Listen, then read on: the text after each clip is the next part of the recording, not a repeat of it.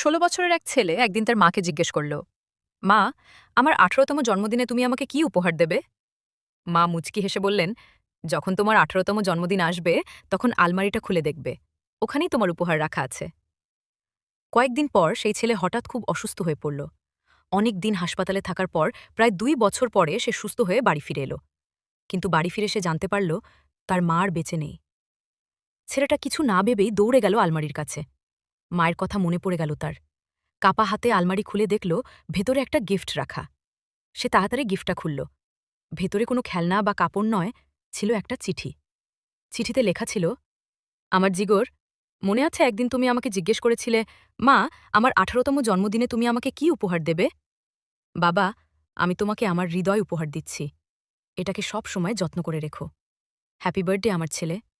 এই পৃথিবীতে একজন মা নিজের জীবন দিয়ে সন্তানের জীবন বাঁচাতে পারে। মায়ের থেকে বড় হৃদয় আর কারও নেই। মায়ের জন্য কমেন্ট বক্সে আই লাভ ইউ মা কমেন্ট করে যাবেন আর চ্যানেলটা সাবস্ক্রাইব করো।